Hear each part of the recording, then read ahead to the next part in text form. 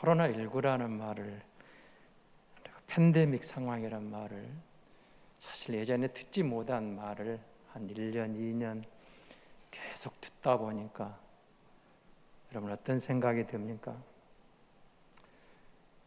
많은 사람들이 두려워 떠는 상황, 그렇죠? 코로나에 모든 것이 그냥 좌우되는 그런 상황을 우리가 살고 있습니다.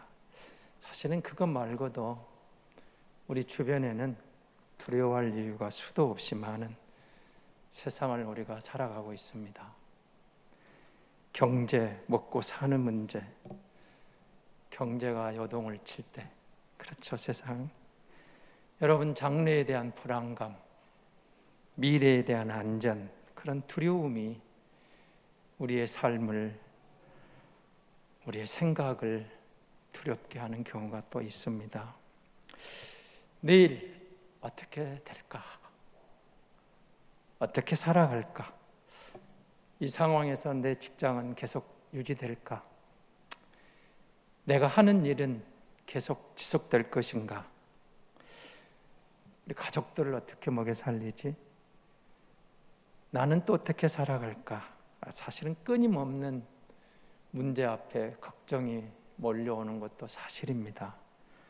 그리고 이 땅은 또 군국주의, 대국주의 말, 대량 살상무기 경쟁을 걸을 때 지구를 몇 번이고 멸망시킬 수 있는 핵무기가 존재하고, 핵무기뿐만이 아니라 대량 학살무기가 또 등장하고, 에너지 자원은 고갈되어 가고, 쓰레기는 처리 문제가 한계에 다가와서 대양에는 한반도 몇 배에 크게 이르는 쓰레기 섬이 등장을 하고, 또 악순환, 순환 가운데 고기가 그 플라스틱을 먹고 다시 우리에게 오는 이런 인간의 어떤 위기, 지구의 위기, 북극이 남극이 녹아내리고 해수면은 올라가고 해수면 온도도 올라가고 이상 기온에 따른 각종 자연재해를 보면서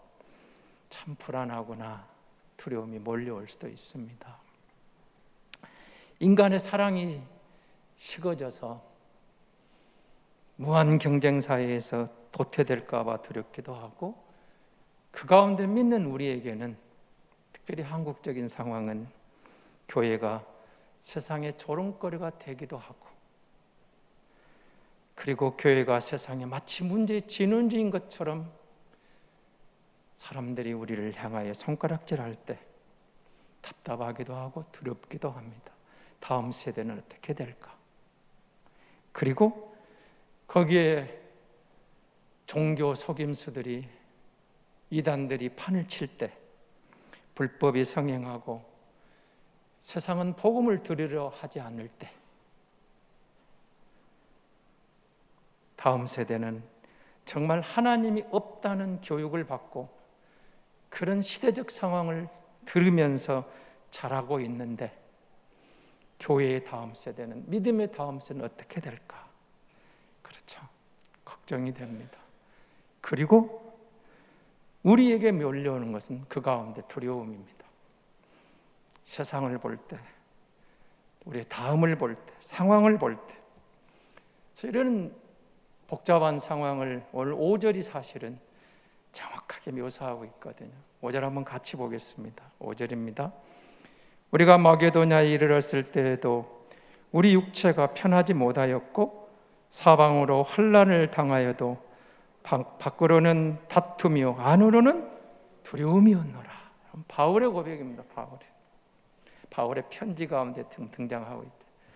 고린도 교회를 향한 두 번째 편지를 쓰면서 데살로니가를 거쳐서, 여러분 빌립보, 데살로니가를 거쳐서, 그리고 지금 마게도냐에 와 있는데 쫓겨나다 싶은 경우도 있고 이리저리 치이고 왔는데 밖으로 힘든데 이곳에 와서도 마음의 안정을 못 누릴 만큼 어렵다는 겁니다. 여전히 상황은 달라진 게 없고 밖으로는 다툼이고, 그로 내 안엔 두려움이 가득했다. 두려움. 이런 믿음의 용사가 두려워하고 있다. 마음에 두려움이 있다. 그렇게 고백하고 있는 겁니다. 그래서 여러분, 이 바울이 우리가 생각하기에 그럼 믿음의 영웅 맞아 할 만큼 두려워하고 있는, 어쩔 수 없다는 거죠. 그런데 바울은 이런 두려움을 어떻게 극복했을까요? 사도행전 20장 24절에 보면 우리가 잘 알고 있는 말씀인데요, 나의 달려갈 길과 주 예수께 받은 사명 곧 하나님의 은혜의 복음 증언하는 일을 마치려 하면은 나의 생명조차 조금도 귀한 것으로 여기지 아니하노라. 바울은 소명심, 확신이 있었거든요. 비록 마음은 편치 않지만, 다툼은 이어지지만, 마음은 두렵지만, 이 길이 하나님이 내게 주신 길이고 나는 이 길을 가야 하는 사명이 있다. 하나님 나와 함께한다. 그것이 바울을 이겨내게 했던 겁니다. 그런데 여러분, 우리는 성경을 통해서 바울뿐만 아니라 주님이 두려움을 어떻게 우리에게 증언해 주고 계시고, 믿음의 용사들을 통해 그들이 두려움 순간에 어떤 일을 했는가를 성경이 우리에게 밝혀주거든요. 두려움에 여러분 치명적인 실수가 있는데요, 그 실수가 하나님의 목소리 대신에 사람의 목소리를 듣게 만든다는 거예요. 두려움이. 만약에 바울이 이런 두려움 가운데 사람의 소리를 들었더라면 바울은 우리에게 오늘과 같은 믿음의 영웅이 아니었을 겁니다. 사무엘상 15장 24절에 보면 우리가 잘 아는 사울 왕이 아말렉과의 전투 끝에 그가 나중에 사무엘 선지자의 책망을 듣는 내용이 이렇게 기록이 되어 있습니다.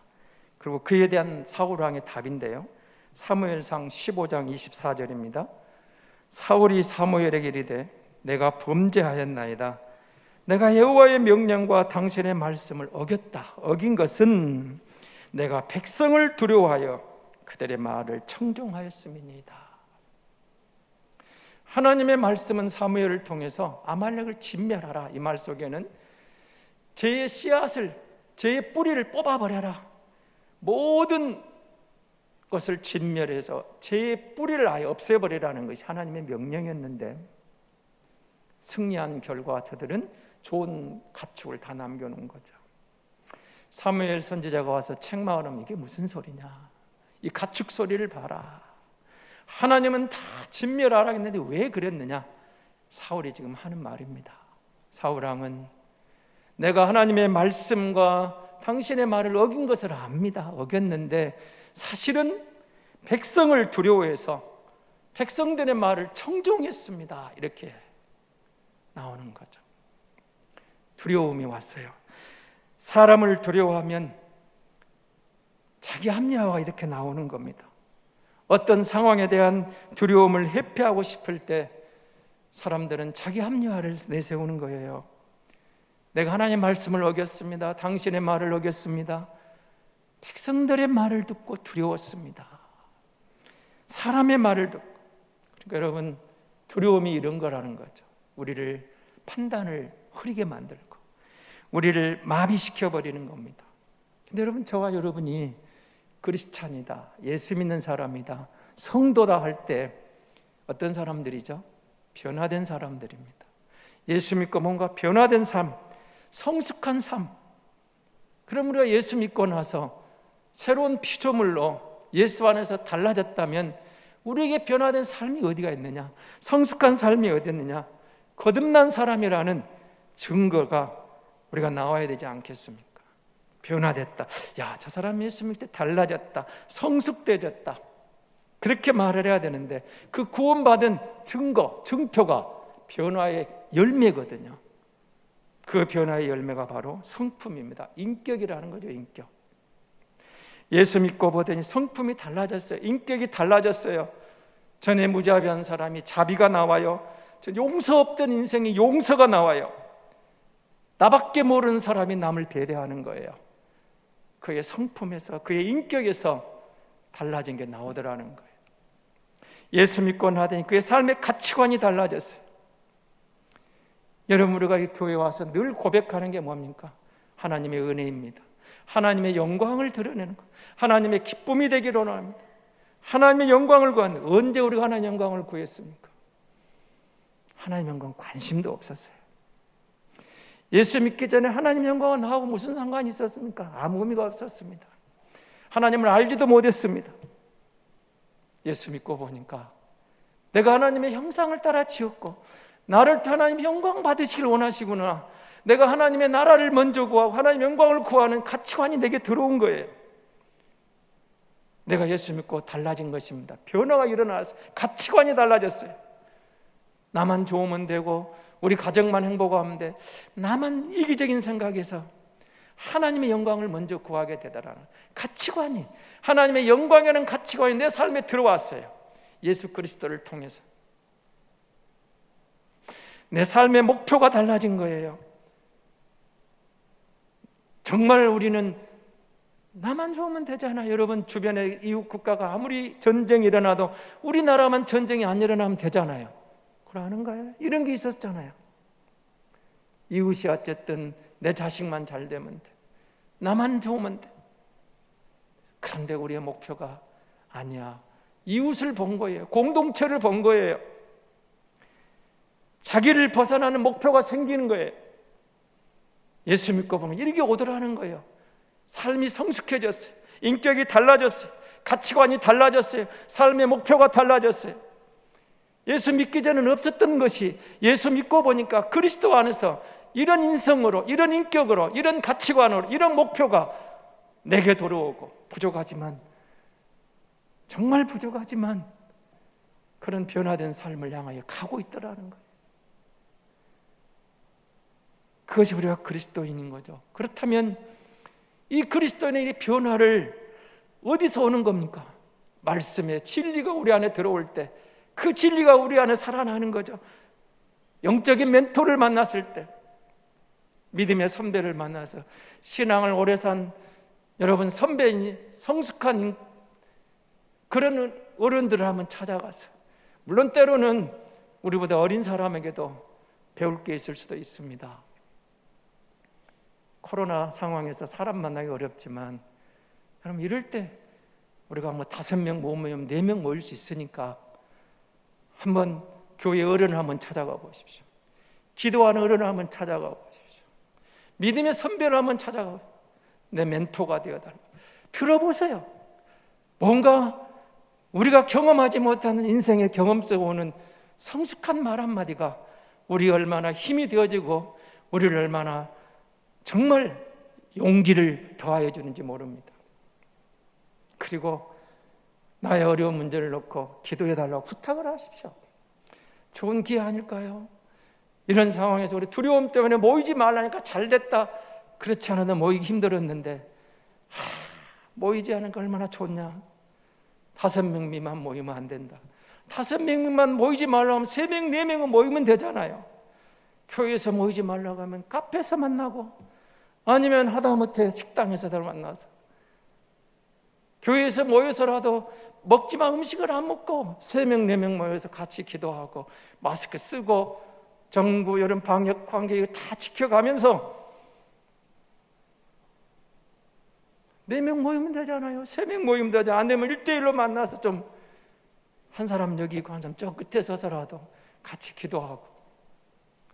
핑계 대는 것이 우리가 코로나라는 이 두려움을 핑계 삼아서 우리의 믿음이 나태해지고 우리의 믿음이 더 연약해져 버리고 주님이 주신 말씀에 대한 모든 가치관을 기준을 갖다가 이번 기회에 그냥 더 나태해져 버리는, 그리 가면은 문제가 있는 거 아니겠습니까? 그리스도인은 이 상황에서 주님이 우리를 어떻게 말하는가? 변화된 삶을 살라 하시는데, 그럼 변화를 막는 게 뭔데요? 주님은 우리를 변화시키길 원하셨는데 새 사람으로 인격이 달라지고 가치관이 달라지고 목표가 달라지고 하나님의 사람으로 성숙한 열매를 기대하 이끌어 가시는데, 변화를 막는 게 두려움이거든요. 변화를 막는 게 사탄이 그러거든요. 사탄은 우리가 변화된 것을 싫어요, 막아요. 그래서 우리에게 두려움을 주는 거예요. 그 두려움 속에 거기에 머물러 버리고 포기하게 하고, 여러분 우리가 두려움에 휩싸이면 모든 것을 실망하고 여러분 자기 열등감에 빠져버리고 자존감이 무너져 버리고 나는 할 수 없어, 이 위기를 극복할 수 없어 주저앉게 만들어 버리는 거죠. 그건 사탄이 하는 계략입니다. 두려움은 사탄이 주는 겁니다. 하나님이 주시는 것은 우리에게 두려움을 주는 마음이 아니거든요.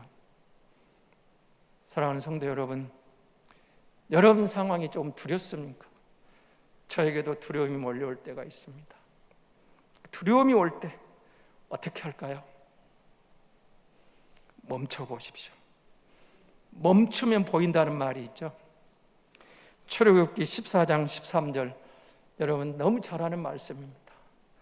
홍해 앞에서 백성들이 바로를 두려워하고 원망할 때 모세에게 하는 말 보십시오. 모세가 백성에게 한 말을 같이 한번 보겠습니다. 모세가 백성에 이르되 너희는 두려워하지 말고 가만히 서서 여호와께서 오늘 너희를 위하여 행하시는 구원을 보라. 너희가 오늘 본 애굽 사람을 영원히 다시 보지 아니하리라. 바로의 군대가 다시 몰려오고 있잖아요. 앞에는 홍해가 가로막고 있어요. 백성들이 두려워 떱니다. 모세를 원망합니다. 우리를 여기 죽이려고 데려왔느냐? 애굽의 그 고기가 마음에 놔두지. 두렵죠. 적군이 쳐들어오는데 이들에는 무기가 하나도 없죠. 노예 생활하는데 무슨 무기가 있었겠습니까? 정예 부대가 쳐들어오거든요. 기마병이 쳐들어오고 있거든요. 두렵습니다. 앞에는 홍해입니다. 도망갈 수도 없습니다. 두려움이 몰려와요. 모세가 나서는 겁니다. 하나님이 하신 말씀을 들으라. 너희는 두려워하지 말고 가만히 서서 여호와께서 오늘 너희를 위하여 행하시는 구원을 보라. 가만히 서서 봐라. 하나님이 너희를 여기까지 인도해 내신 건 이 홍해 때문에, 저 몰려오는 애국 군대 때문에 하나님이 너희를 두려움 속에 너희를 저들에게 맡길 것 같으냐? 하나님이 우리를 건져내신 것은 저들 가운데서 이 홍해에서도 능히 우리를 건져내실 것이다. 우리가 할 건 두려움이 아니라는 거예요. 멈춰서서 하나님이 어떻게 하시는가를 봐라. 멈춰서 봐라 그 말이죠. 일이 잘 되지 않을 때가 있죠. 불가능한 일이 우리 앞을 가로막았습니다. 홍해처럼 말입니다. 원인 모를 두려움이 몰려올 때도 있습니다. 잠 못 이루는 밤이 될 때도 있죠. 여기까지가 내 한계야, 그럴 때도 없이 있습니다. 하나님은 나를 잊으셨는가? 그런 순간도 있습니다. 여러분, 이럴 때, 이런 두려움이 몰려올 때 그 순간에 멈춰보라 그 말입니다. 멈춰서서 하나님을 신뢰하고 기다리라는 것. 하나님이 나를 건지셨습니다. 하나님 나를 구하셨습니다. 내가 하나님의 자녀입니다. 하나님 나를 여기까지 인도해 주셨는데 하나님을 신뢰하고 기다리고 하나님이 주시는 그 마음을, 주님이 주시는 그 은혜를 가지고 말씀을 붙잡고 순종해 보라는 겁니다. 여러분, 우리가 멈춰서서 말씀으로 돌아가고, 멈춰서서 말씀을 묵상하고, 멈춰서서 말씀을 읽을 때 하나님이 성령으로 우리에게 들려주시는 말씀이 있을 겁니다. 그리고 여러분, 오늘 말씀 바울은 이렇게 말합니다. 6절입니다. 그러나 낙심한 자들을 이루하신 하나님이 디도감으로 우리를 이루하셨다. 바울에게는 디도를 보내주시잖아요. 힘듭니다. 두렵습니다. 근데 디도가 와요. 동역자죠. 믿음의 아들입니다. 제자와 같은 사람입니다. 그런데 바울을 하나님이 디도를 보내서 이루하시는 거예요. 두려움을 몰아내게 하시는 거예요. 이럴 때 우리에게 동역자가 필요한 거 아니겠어요? 믿음의 동지. 있잖아요. 교회 안에 있잖아요. 여러분 곁에 있잖아요. 내가 믿을 수 있는 선배가 있잖아요. 신뢰할 수 있는 기도의 어머니 같은 분이 있잖아요. 인생을 살면서 그야말로 모든 풍파를 견뎌내고 승리하신 믿음 어르신들이 있잖아요. 여러분에게 주님 보낸 교육자, 순장도 있고 회장도 있고 권사님도 있고 장로님도 있고. 여러분, 이런 하나님이 사람을 통해 일하시는 이런 길이 있더라는 거예요. 아니면 내가 그렇게 주님의 손에 이끌려 누군가에게 두려워 떨고 있는 내 지체들에게, 이웃들에게 그 두려움을 해결하는 두려움을 물리치는 멘토가 되어주는 사람. 디모데후서 1장 7절에서 바로 또 이렇게 말합니다. 디모데후서 1장 7절입니다. 하나님이 우리에게 주신 것은 두려워하는 마음이 아니요 오직 능력과 사랑과 절제하는 마음이라고 말합니다.